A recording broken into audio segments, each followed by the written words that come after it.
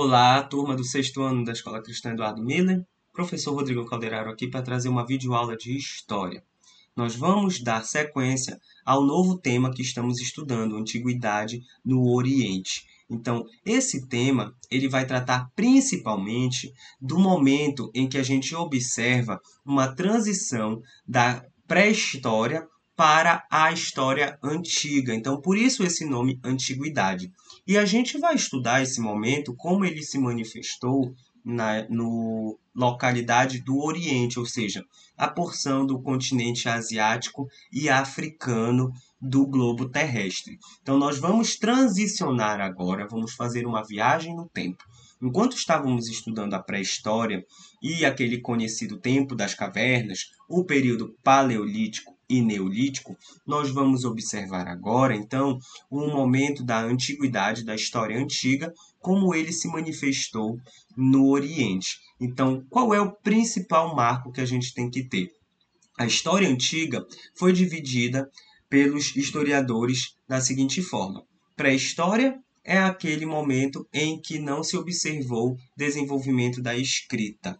História antiga é quando eu começo a observar as primeiras sociedades desenvolvendo a escrita, o surgimento das primeiras cidades. Então a gente vai ver exatamente esse momento. Nós vamos estudar aqui fundamentos básicos para poder a gente entrar realmente no estudo das sociedades da antiguidade no Oriente, tá? Então esse primeiro capítulo de vocês, aí no livro de vocês, é o tema número 3. Nós vamos estudar a Revolução Urbana, como que começou a surgir as primeiras cidades.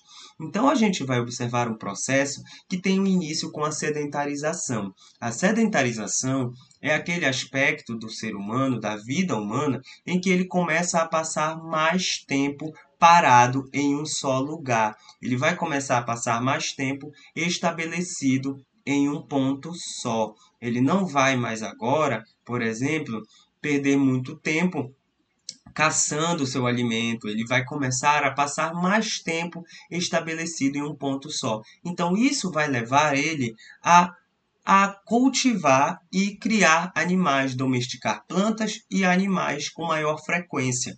Ah, professor, a caça e a coleta acabou, o homem não vai mais caçar, a mulher não vai mais caçar, eles vão todo agora ser camponês, agricultor e cuidar de gado? Não, vai ser um complemento. Então, alguns vão caçar, alguns vão pescar e alguns vão ficar cultivando. É aí que a gente vai ver um aumento da produção. Então, a produção de comida vai começar a aumentar. Logo, isso também vai favorecer as trocas comerciais. Então, quando a gente tem muita produção, a gente também vai precisar se desfazer dessa produção. Então, vender, trocar por outros produtos vai ser uma necessidade.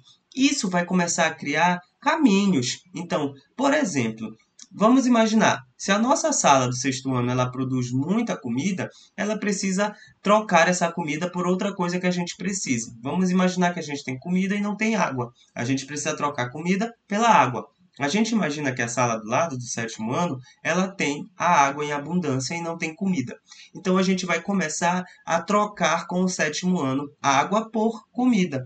E aí a gente vai criar uma relação, vai começar a estabelecer um caminho. Então a gente vai ter aí as primeiras rotas, né? A gente vai ter os primeiros caminhos. E esses caminhos eles vão dar origem, por exemplo, às primeiras cidades, aos primeiros grupamentos humanos. É uma equação matemática. Eu tenho agora o ser humano que passando mais tempo em um local só. Desse tempo, vai ser criada a necessidade de se produzir mais comida e de se melhorar as moradias.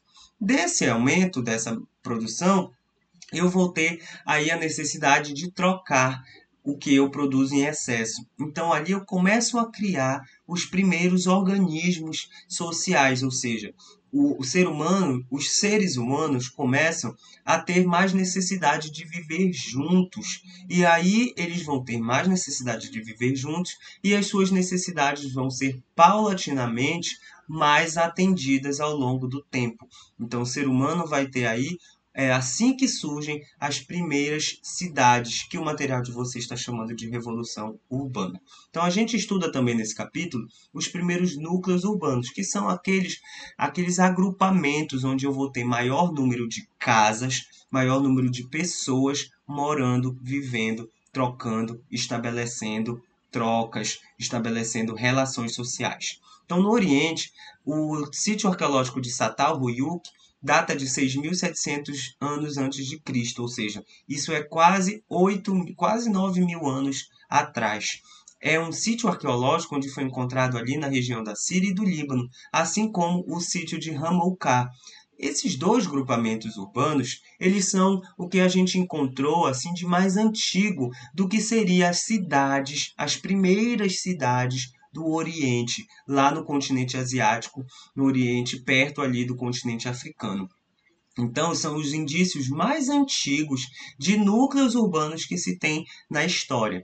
Tu já estudaste comigo o poder da arqueologia. Para que serve essa ciência que vai reconstruir a vida do passado a partir dos vestígios enterrados na terra, a partir dos vestígios deixados nas cavernas, nos sambaquis. É através da arqueologia que a gente tem o conhecimento desses núcleos urbanos. E aí a gente observa que eles tinham essas características de serem casas muito juntinhas, né? Esse desenho que está aqui nesse slide, ele é uma tentativa de reconstruir como seria esses núcleos urbanos chamados de Çatalhöyük e Ramouká. Então a gente vai ver que esses núcleos urbanos, a construção deles está relacionada à transformação do meio ambiente, né? A transformação do meio ambiente relacionada à ocupação do solo. Então o que a gente tem aí? Para construir um núcleo urbano, era necessário que o homem alterasse a paisagem que ele vivia. Era necessário que ele, por exemplo, cavasse, que ele derrubasse alguma vegetação, que ele construísse em cima do solo com pedra, com materiais de construção civil. Então ele tinha aí que transformar o meio ambiente em que ele vivia para poder ele ter a construção do núcleo urbano. Então, existe aí uma intensa relação de transformação do meio ambiente relacionada à ocupação. A gente tem uma relação. Para ocupar um lugar, era necessário que os seres humanos transformassem esse lugar. Então, o nascimento dos núcleos urbanos, ele vai também dar origem ao começo assim de uma transformação mais efetiva do ser humano na natureza. Por quê? Quando antes o ser humano não precisava se estabelecer em um local só, quando ele precisava sair vagando, procurando os alimentos, ele não tinha a grande necessidade de procurar, de modificar o seu ambiente. Porque se ele modificasse muito aquele ambiente, ele deixava de ter acesso à comida. Pensem comigo. Se eu tenho uma grande floresta e naquela floresta vivem animais que eu caço, pensem como um ser humano que vivia no tempo paleolítico ou neolítico. Ele não podia destruir a floresta, porque se ele destruísse a floresta, ele ia destruir a casa dos animais que caçavam. Mas agora, como o ser humano está se dedicando mais à agricultura, mais à criação de animais, mais à domesticação, está passando mais tempo no local, ele lentamente vai modificando a paisagem daquele local, ele vai derrubando a vegetação, ele vai cavando, ele vai construindo suas casas para outras pessoas morarem, para a sua família.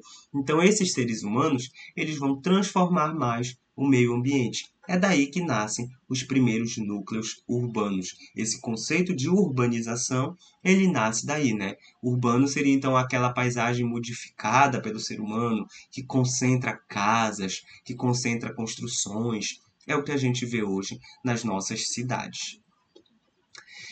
Daí, turma, da vida em cidades surgem outras necessidades. Então, o capítulo traz aí essa página, as instituições. As instituições, elas então são resultado da organização social.